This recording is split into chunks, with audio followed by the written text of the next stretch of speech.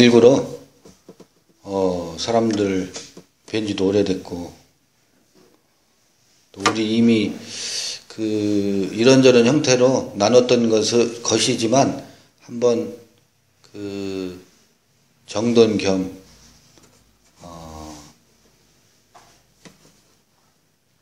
또 그 요새 비대면이 유행이니까 뵙지 못하는 분들에게 소식도 전하고 우리의 그 여행을 영상으로라도 좀 보낼 수 있었으면 싶어서 이런 시간을 한번 가져봅니다.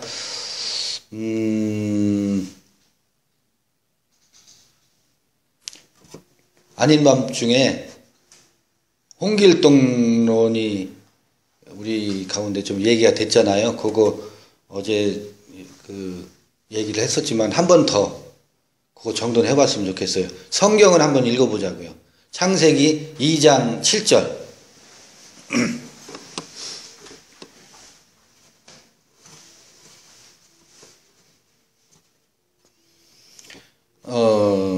여호와 하나님이 흙으로 사람을 지으시고 생기를 그 코에 불어넣으시니 사람이 생명이 된지라. 요게 그 창세기 2장에서는 핵심 아마 구절일 수 있겠죠. 근데 번역성서만 보면 야훼 하나님이 흙으로 사람을 지으셨다라는 아주 오래된 옛 이야기. 그러니까 우주 만물을 창조하시고 창세기 1장 이야기에서는 제6일에 사람을 지으셨다라는 오래된 신화죠, 신화. 흙으로 사람을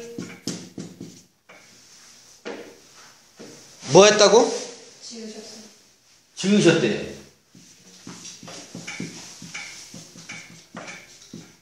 그래서 주어가 누구예요?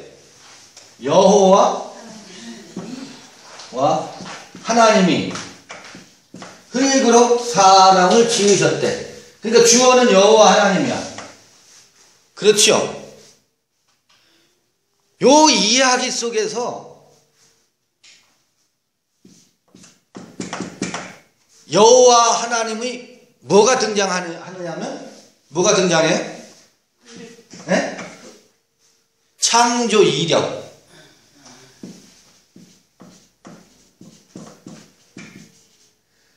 뭐냐면 이 창세기 2장 7절을 가지고 아주 오래전에 우주가 처음 만들어지고 거기에 사람을 야훼 하나님이 창조하셨다는, 여기 지으셨다, 아사했다고 하는데 이거를 여호와 하나님의 창조 이력으로 읽고 있어요.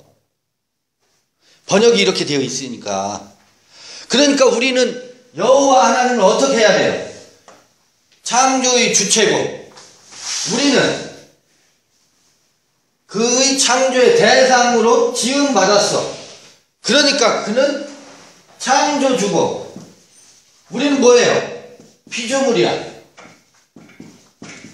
이런 이분법으로 딱 구도가 되어 있어서 피조물이 입닥쳐 창조주를 어떻게 해야 돼요?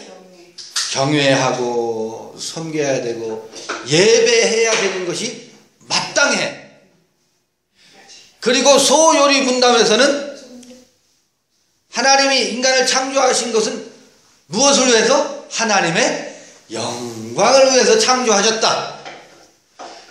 그러니까 우리 인생은, 삶의 목적은 하나님의 영광을 위해서 사는 것이다 라고 교리 문답에도 나와 있고 교리화되어 있어요. 그 이유가 여호와 하나님이 흙으로 사람을 창조하셨다라고 하는 이 창세기 2장 7절에 대한 신화와 그 다음에 해석, 이런 것들이 기본 바탕으로 되어 있어요. 이게 아주 인류의 무의식 속에,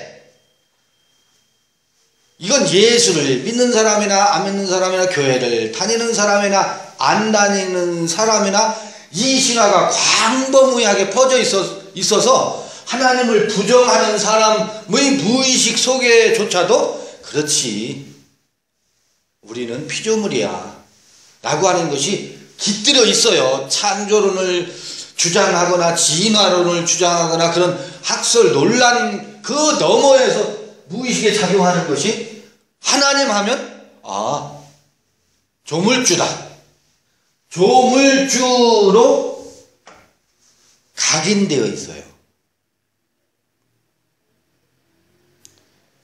그리고 우리는 피조물이야. 그러니까 입 닥치고 시키는 대로 해. 이게 그런 것일까? 근데 창세기 1장은 엘로힘 문서라고 하잖아요. 엘로힘.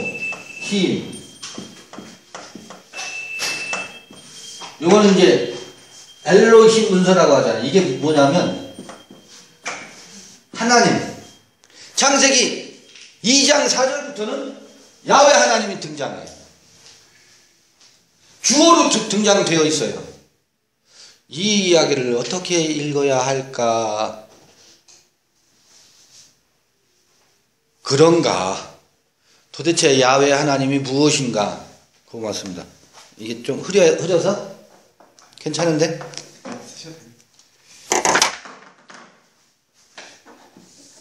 좀 낫네요.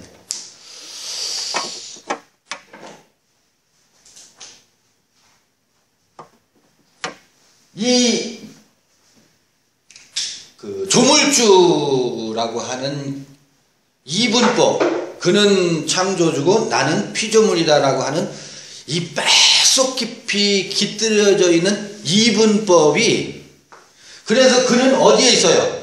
거기 계셔서 우주 만물을 다스리고 생사화복을 주장하시고 인생의 모든 것을 보이지 않는 배후 세계에서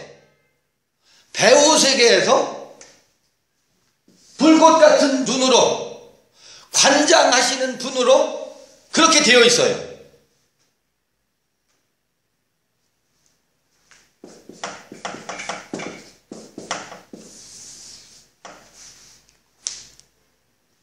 이게 그런가? 그렇게 읽어야 되나? 이 지독한 이분법적 사고를 어떻게 극복해야 할 것인가? 그러니까 이게 해체된다는 거는요, 정말 쉬운 일이 아니에요. 너무너무나 뼛속 깊이 이 사상이 지배를 해요. 기독교를 중심으로 해서 서구 사상이 그러하고 한국의 기독교뿐만 아니라 유사 기독교가 요 딱 이분법으로 세계를 해석하고 인생을 그렇게 바라보고 사람을 그렇게 이해하고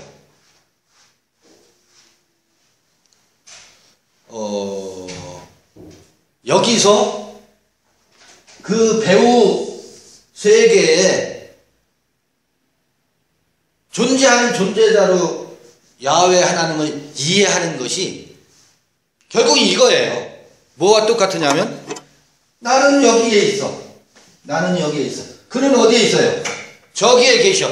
배우 세계의 주관자로 계셔. 여기와 이 사이의 큰 간격, 이걸 뭐라고 하냐면 이게 벽이에요. 벽. 내가 여기서 이에게 뭐 해야 돼요? 절을 하고 경배를 하고 나는 이분으로부터 은총을 입어야 돼. 은혜를 덧입지 않으면 안 돼. 이분이 매 순간순간마다 응답하시고 우리는 그 응답의 숨결을 받아서 말씀으로 공급받아야 돼. 나는 여기에 있고 그는 거기에 있어. 영원한 격절입니다. 영원한 이 벽으로 딱 벽장 속에 가둬놓고 있어요.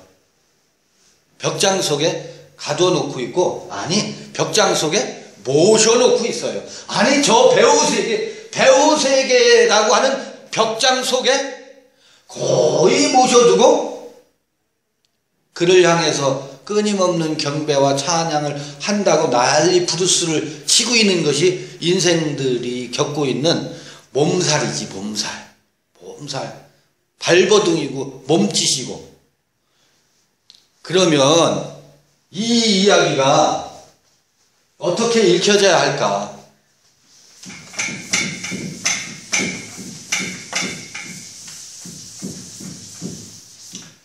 흙으로 사람을 지으셨다라고 되어 있는 이 번역 문장과 해석은 심각하게 살펴봐야 될 부분인데, 이렇게 돼 있죠. 이건 우리 많이 반복했던 거죠. 아사가 아니고 야차르. 지으시고 할 때. 바라가 있고 아사가 있고 야차르가 있다 그랬잖아요. 바 요체르 예바 엘로힘 엣 하 아담. 엘로힘 하나님이 엣 하 아담, 그 아담을 엣 하 아담 아파르, 그 아담이 아니라 여기 사람을 할 때 아담 엣 하 아담 그 다음에 아파르 이렇게 되어 있어요. 흙으로 사람을 지었다는 게 아니라 뭐라고? 이 흙과 사람은, 엣이라는 말은 대격부호라고 해요. 목적어를 표시해요. 여기 아담, 그 아담, 아파르는 여기 뭐라고? 동격이에요. 아파르와 아담은 동격이에요. 흙이라고 되어 있지만 흙을 분류하면 여러 종류로 분류할 수 있어요. 황무지가 있고, 그러니까 그라운드가 있고, 필드가 있고, 뭐 영어로 하면. 근데 아파르라는 말은 뭐예요? 먼지 혹은 재 혹은 뭐? 티끌.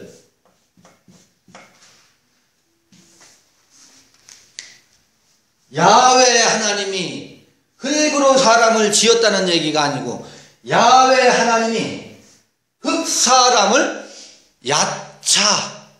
야차르 했다, 조성했다, 그런 얘기거든. 그러니까 사람이 뭐가 됐다고? 영이 됐대요. 산영이 됐대. 산혼이 됐대.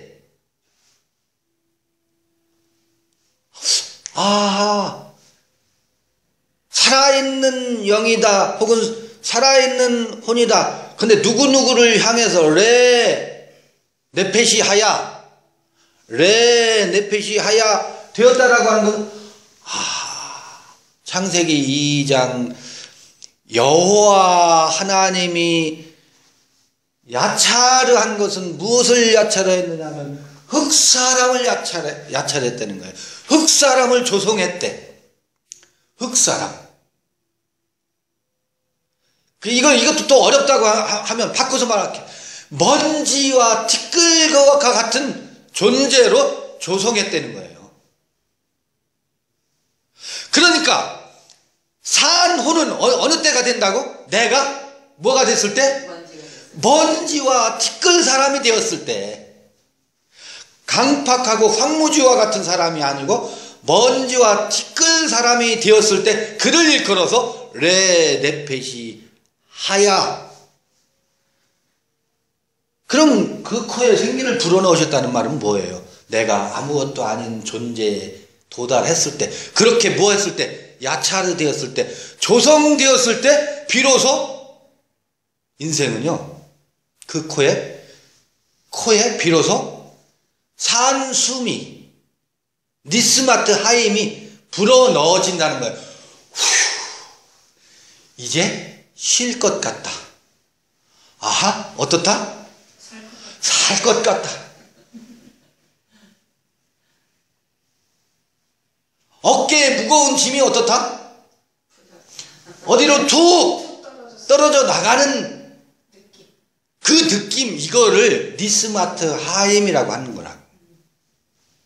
비로소 나는 아무것도 아니로구나.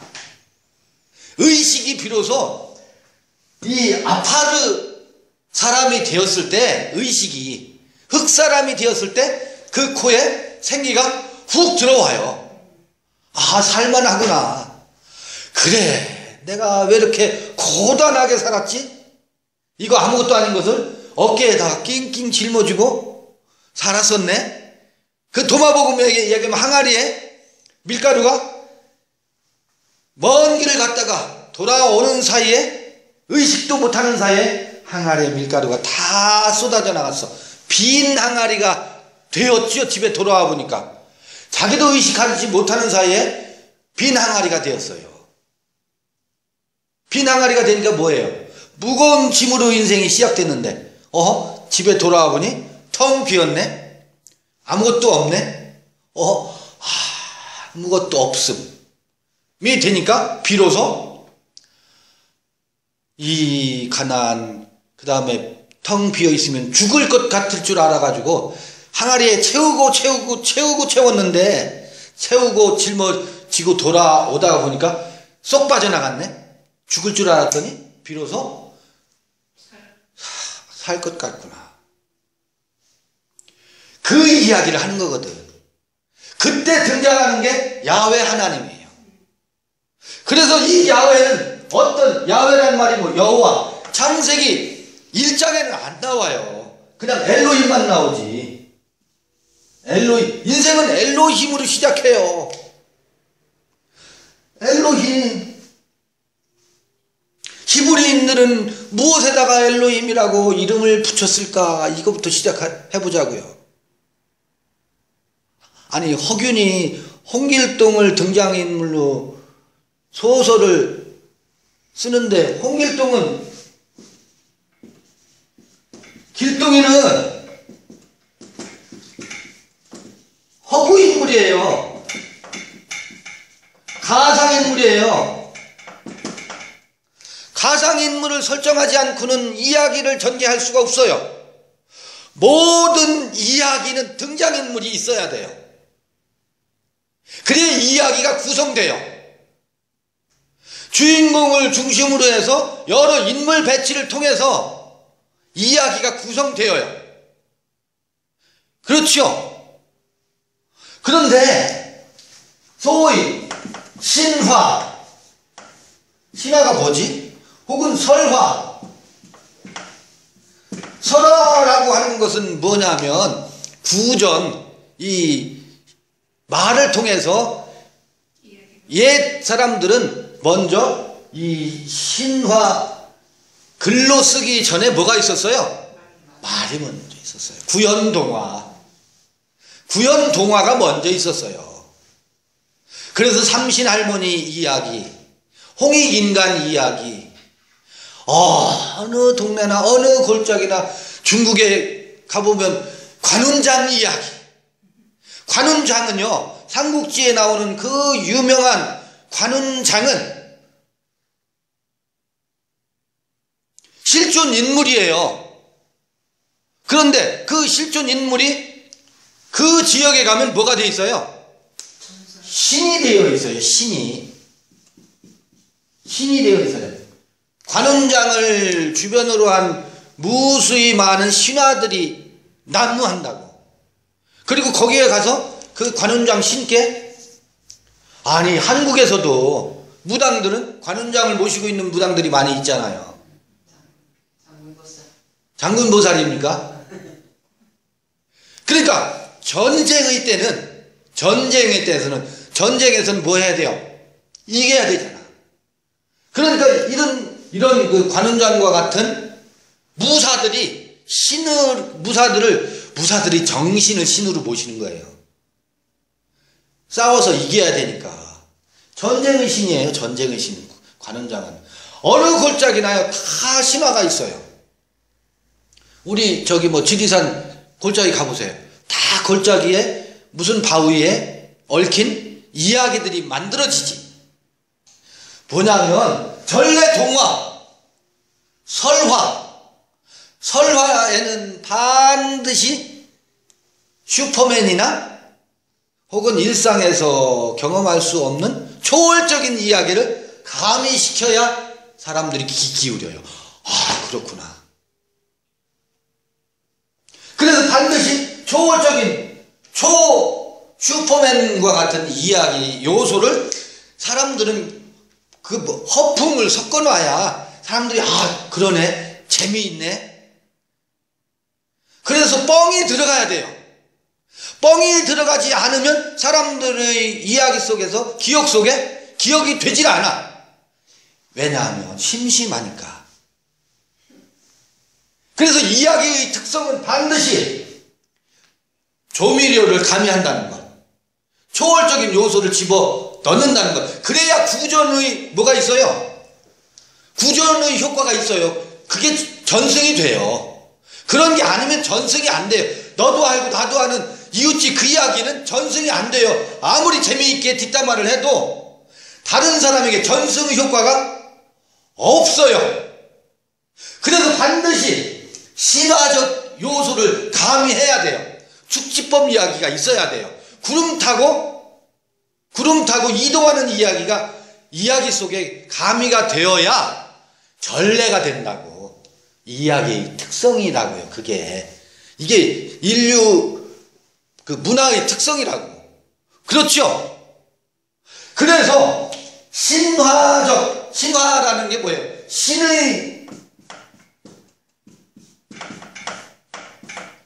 신적 요소를 가미해서 이야기가 구성되어야 사람들은 마음의 옷깃을 뭐해요? 여며요.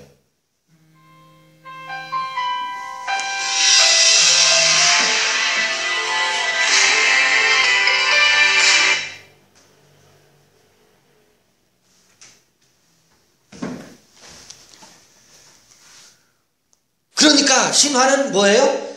인류의 정신 문화의 세계에서 자연 발생적이지. 자연스러운 거죠. 그래서 우리는 좀 뻥을 쳐야 돼. 뻥을 세게 쳐야 돼. 그래야 사람들이 모여. 지금도 이 기법을 사용하는 사람들이 많아요. 이 뻥의 요소를 가미해야 돼. 신비적 요소를 가미해야 된다고. 우리는 그 신비적 요소를 이 창세기 2장 7절 속에 깃들어져 있는 이 창조의 신비적 요소를 뭐 하고 있어요? 지금 다 까발리고 있지. 그런 그 신화적 기법을 동원해서 이 이야기를 구성해야 전승이 된다고. 그렇지만 진실은 뭐예요? 진실은 그 초월적 요소를 옷 입혀서 이걸 당의적이라고 하잖아요. 약이 쓰니까 쓴 약을 먹게 하기 위해서 달콤한 것을 겉에다 코팅을 하잖아. 신화적 요소를 가미해서 이야기를 구성해 놔야 사람들은 듣고 또 전달하고 하지요. 근데 지금은 대명천지 신화적 요소를 가미해서 만들어 놓으니까 사람들이 어디로 가? 이 신에게 엎드리고 있네. 세상에.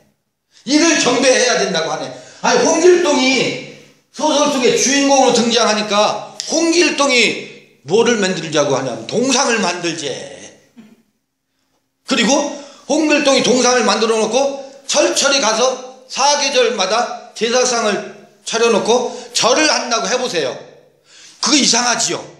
정말 근데 홍길동 그 비석과 혹은 홍길동 상을 만들어 놓진 않았어. 있어요? 테마공원이 있다네. 그래, 그거는 관광 상품으로 해놓은 거지. 이런 신화를 실제 인물같이 이렇게 돼 있어요. 주객이 전도돼 있지. 그러니까 홍길동은 어떤 인물이에요? 적서, 적자, 서자로 분리되어 있는 조선시대의 악습, 첩을 통해서 낳은 자녀니까 어디에 벼슬을 줄 수가 없대. 아무리 똑똑해도. 서자는 적서차별이 얼마나 엄격했어요. 그 다음에 반상, 양반, 와 상놈, 차별.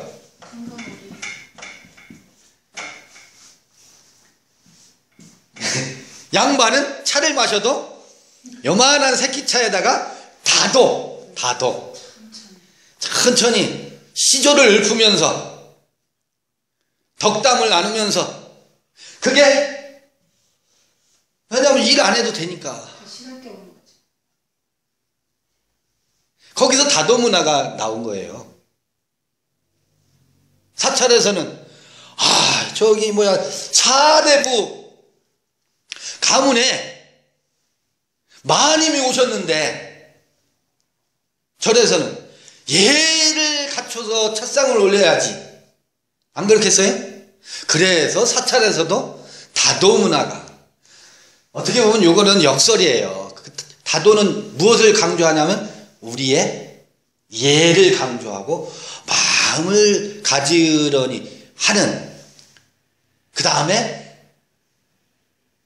숨을 쉬어도 헉헉대고 막 일하다가 땀을 뻘뻘 흘리면 헉헉대잖아요.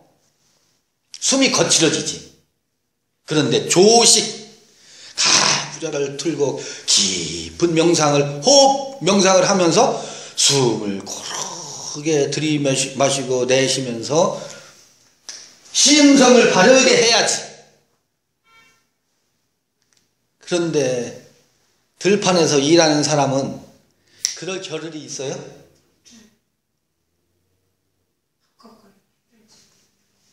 그래서 이게 양반 문화와 상노 문화가 현격하게 차이가 나네. 우리는 상노 문화가 편해.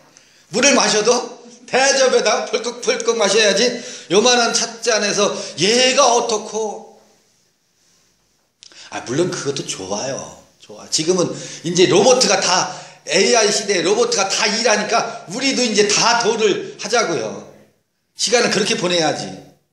예를 갖춰가면서. 이런 것이 숨어 있어요. 모든 문화에는 양반과 상놈의 차별 문화가 숨어 있어요. 이걸 못 봐. 좋은 것만 봐. 여러분 보세요. 시조, 정악, 궁중음악, 얼마나 기교와 그게 각종 전국의 최고의 예인들을 불러다 모아놓고 예악을 하잖아요. 궁중음악을 하잖아요. 그런데 저 저작거리에서는 사물놀이, 이게 난장판이지. 난장판. 난장을 벌려놓고 하는 그들의 소풀이, 이런 것이 적서차별, 반상의 차별. 그 다음에 노론이다, 소론이다, 남인이다, 북인이다, 사색당파로 나뉘어가지고, 노론이 정권을 500년 동안 잡았다 그러잖아요. 영남학파. 그러니까 노론, 소론, 남인, 북인, 사색으로 어떻게?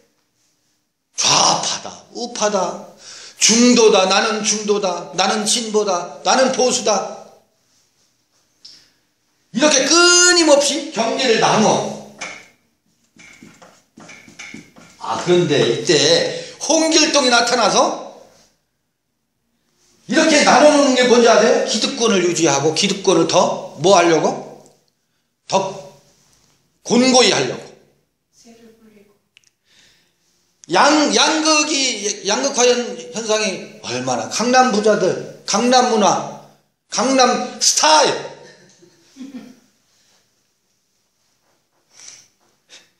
강남 스타일이 얼마나 떠요. 강남 스타일이 뜬다는 것은 이 적서 차별이, 강남과 강북의 차별이 이 시대에도 엄존하고 있다는 이야기야. 이때 누가 홍길동이 나타나서 가상세계지만 소설 속에서 남아, 소설 속에서라도 그 탐관 오리들을 어떻게 해요? 징치해, 통쾌하지. 민중들이 가슴을 시원하게 하지. 그리고 양반과 상놈의 이 양반들의 횡포를 소설 속에서 남아 회파하잖아요. 그 차별 철폐하려고 하잖아요. 그러면 이는 소설 속에서 허구인물이에요. 가상인물이에요. 실제하지 않는다고. 실제하지 않지만 이야기를 구성하려면 이런 등장인물을 이야기 속에서 설정해 놓듯이 엘로힘은 구전 신화 속에 등장하는 어느 민족이나 어느 이야기 속에서나 엘로힘이라고, 히브리인들에게는 엘로힘이지요. 이게 등장시킬 수밖에 없어요. 그런데 홍길동이는 가상인물이잖아요. 역사적 실존인물이 아니에요. 그렇기 때문에 자, 홍길동이 적서차별하고 이 반상의 그 부패한 시대상을 고발하고 했으니까 홍길동이를 향해서 우리가 경배하고 섬기자, 그럴 수는 없지요. 홍길동이를 통해서 작가정신이라는 게 있다고. 그 시대를 고발하고 그것이 내 안에서 뭐가 돼야 된다는 거예요? 내면화가 돼야지. 홍길동이를 저기다 벽장 속에 모셔놓고 경배할 문제가 아니고 이 홍길동이를 통해서 철폐하고자 했던 우리 안에 차별 구조 있잖아요. 어제 말씀드린 것처럼 아니 영남이다 호남이다 이런 지역으로 나누고 구분하는 것은 영남 사람 따로 있고 호남 사람 따로 있어요? 엄존하죠. 현실적으로 있죠. 그런데요, 영남 사람 없어요. 호남 사람 없다니까. 누가? 지들이 만들어 놓고 나는 호남 사람이다, 지들이 만들어 놓고 나는 소론이다 노론이다, 지들이 만들어 놓고 나는 진보다, 나는 좌파다, 나는 우파다, 나는 태극기 부대다. 지들이 그렇게 울타리를 만들어 놓고 그 울타리를 고집하고 있는 거야. 애초에 그런 울타리는 존재하지 않아요. 자기들이 만들어 놓고 거기에 예속돼 있을 뿐이지.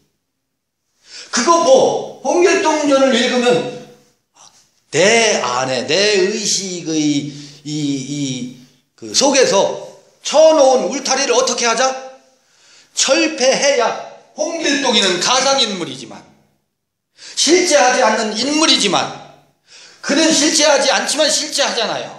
실제하기 때문에 이런 가상인물이 소설 속에 등장한다고. 절대로 홍길동이는 허구지만 허구가 아니라고. 그런 점에서, 그래서 우리 안에 있는 이 차별의식 구조를 털어버려야 되는 게 우리에게 과제인 것처럼, 뭐 엘로힘 뭐예요? 허구예요. 허구. 허구라는 게 뭐예요? 관념이에요. 관념. 만들어 놓은 거라고. 누가? 이야기를 구성하는 사람들이 지어 만들어 놓은 거라고. 그러면 질문할게요. 이거 허구네? 실제하지 않네? 우리가 쏟고 있었네? 여기 함정이 있어요. 쏟고 있었어요? 이게 굉장히 저는 이 부분을 우리 앞으로 이 토론 속에서 중요한 부분이라고 봐져요. 홍길동 틀림없이 허구죠? 허구인데 허구가 아니죠? 실제하고 있잖아. 가상인물이잖아. 엘로힘 허구예요. 허구인데 허구가 아니라고. 그러니까 거기 그렇게 어떤 그 배우 존재로 있어서 이 우주 만물을 뭐하는? 컨트롤하고 주관하는 존재로 있다라고 생각하는 그게 허구지. 그런 하나님은 뭐예요? 있지도 존재하지도 않아요. 이거는 완전히 그 종교 재판에 회부되어야 할 발언이에요. 그들에게는 배우 존재로 있다라고 여기는 창조 신화에 매몰된 사람들에게 이 발언은 있을 수 없는 터무니없는 발언이에요. 그런데 이런 엘로힘은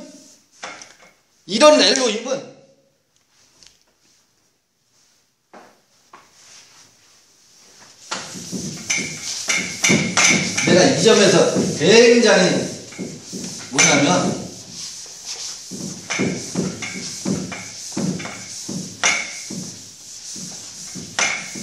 신이 나는 부분이 있어요.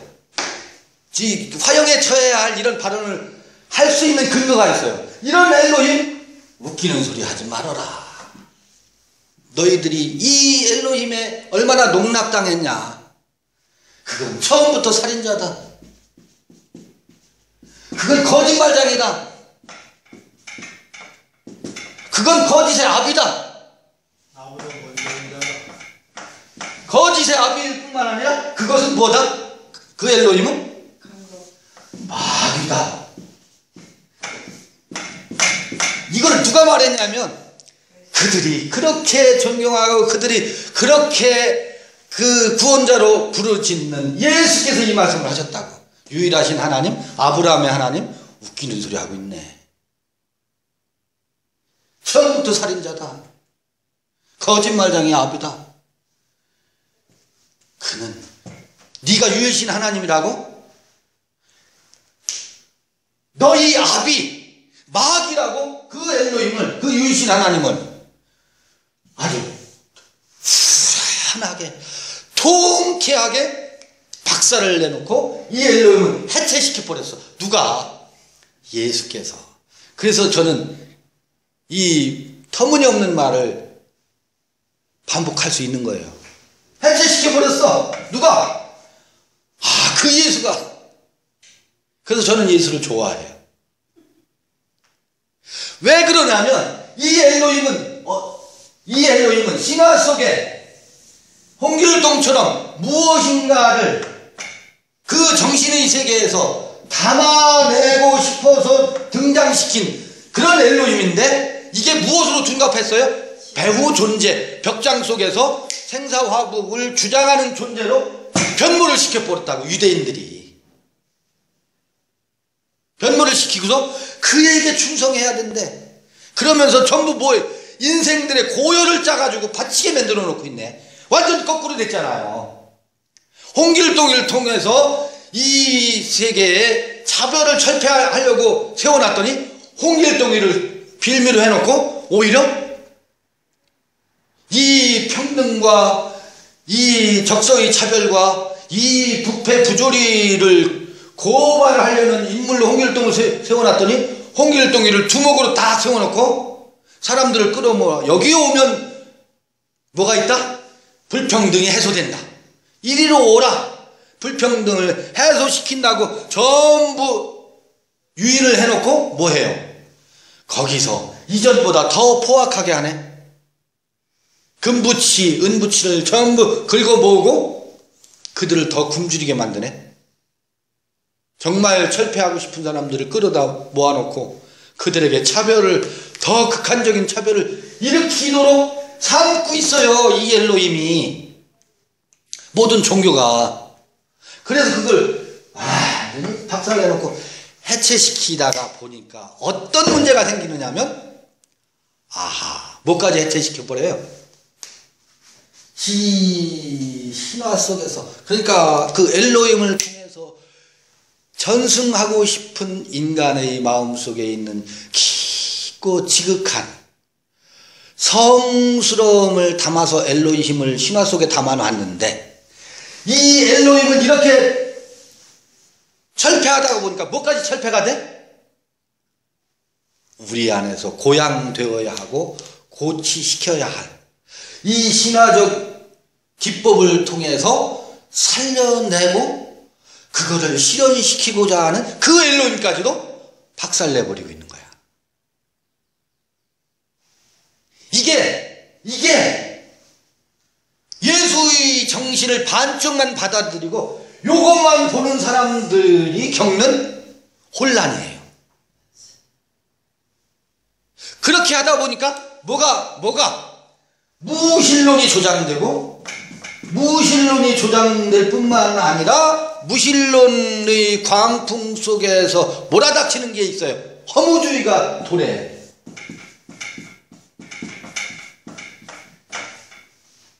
인생 뭐 있어? 즐기고 될 대로 되라, 살면 되지 라고 하는 광풍이 몰아붙여. 무엇을 없애니까? 이 엘로힘을 철폐하니까. 이게 몰아붙여. 우리한테 다 한 번씩 찾아왔죠? 네.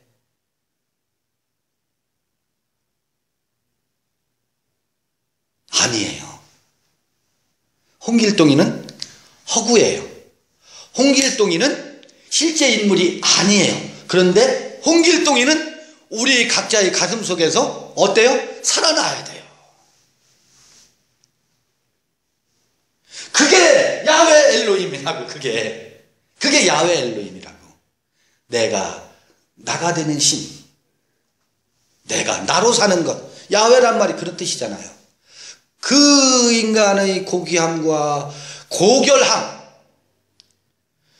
그것은 우리가 목숨을 가지고 있기 때문에가 아니고 우리 그 정신 속에서 성스러움이 회복되어서 그 성스러움이 고양되는 것이야말로 인간의 구원이고, 그것이야말로 엘로힘의 구현이고, 그것이야말로 저 배후 존재로 있는 신을 경배함이 아니라 그 신이 여기 안에서 꽃으로 피어남이라고. 그 야훼 엘로힘이야말로 인간다움으로, 가장 인간다움이야말로 가장 성스러움이고 가장 거룩함이고, 그것이야말로 신의 정신이다. 신화 속에서는 그거를 전달하고 싶은 거거든. 그래서 등장시킨 게 누구예요? 엘로힘이라고요.